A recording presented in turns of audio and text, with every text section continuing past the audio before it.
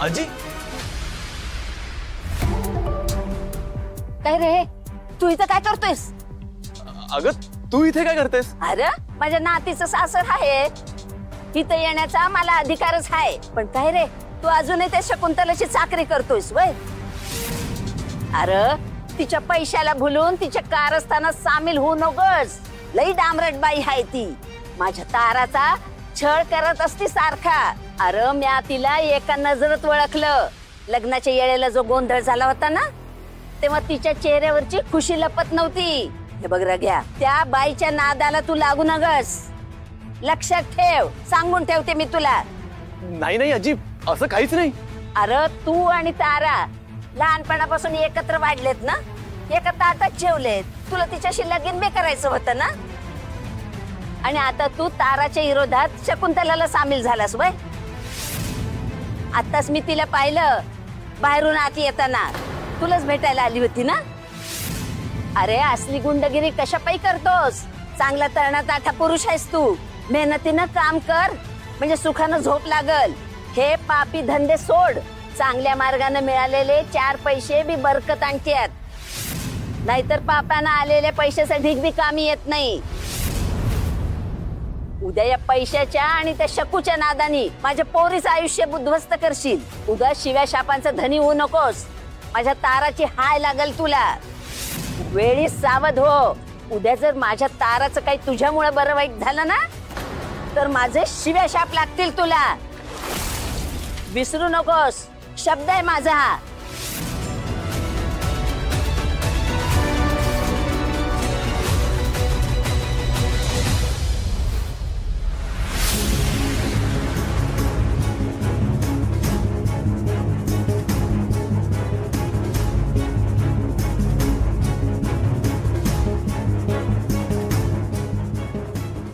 काय करू? पैसे पण भरपूर आहेत, पण आजीचा शाप आणि ताराची मैत्री. काय करू?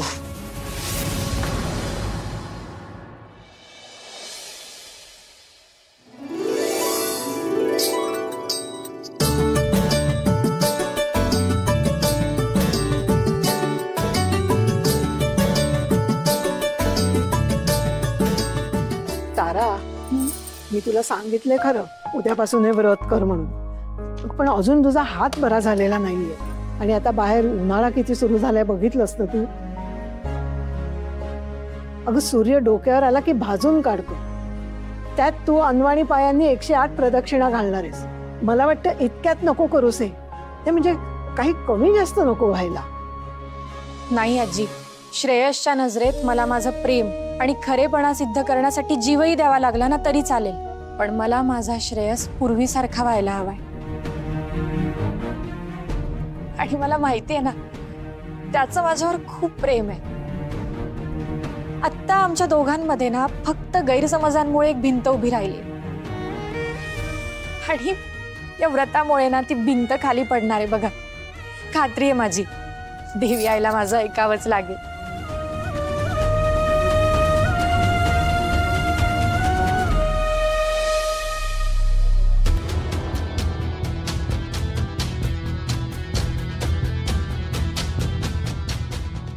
काय आजी, कसली तयारी सुरू आहे? काय बोलताय? अरे तारा एक देवीचं व्रत करते, त्या पूजेचीच तयारी चालली आहे ही सगळी. आणि तिथे देवळाच्या आवारात गरिबांना देण्यासाठी खाऊचे पुडे पण बनवले. आणि तारा उद्या देवळात जाऊन 108 प्रदक्षिणा घालणार आहे. त्याचीच तयारी करतोय आम्ही. तिला म्हणावं 108 काय, 1008 प्रदक्षिणा केल्या ना तरी माझं मन बदलणार नाही. देवाने जरी येऊन मला सांगितलं तरी मी हिला आपलं म्हणणार नाही. बाकी ही घरात नसली तर मला आनंदच आहे.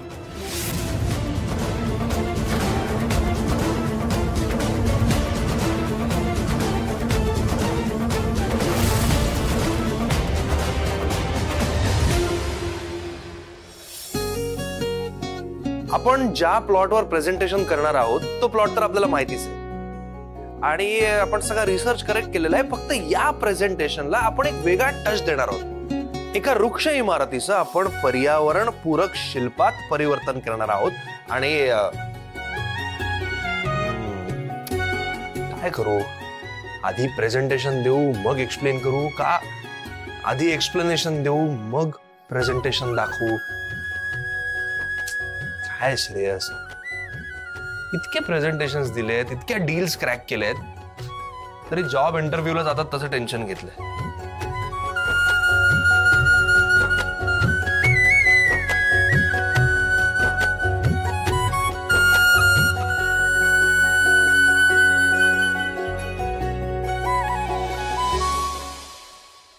माझं श्रेयस म्हणजे ना एखादं लहान मुलं आहे.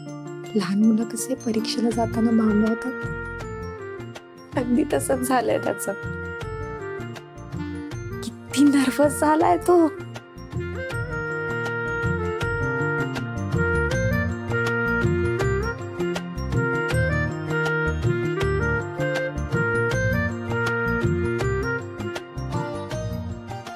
तसं काय त्याच्यासाठी हा पहिलाच प्रोजेक्ट आहे. होणारच, कारण खूप प्रामाणिक आहे ना आणि खूप चांगल्या मनाचा आहे.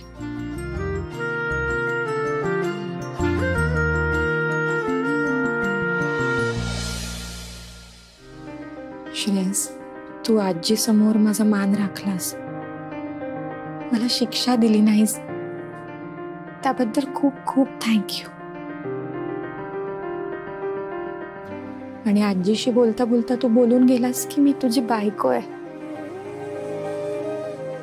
म्हणजे मनाने तू मला आपलं मानलंय हे जाणवतंय मला.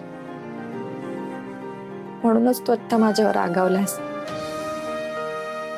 आणि मी समजू शकते, आपलीच माणसं आपल्यावर रागावतात. म्हणूनच तू दिलेल्या सगळ्या शिक्षा मी याच भावनेने स्वीकारते. आपल्यातले सगळे गैरसमज जेव्हा दूर होतील ना, तेव्हा खऱ्या अर्थाने आपल्या संसाराला सुरुवात होईल.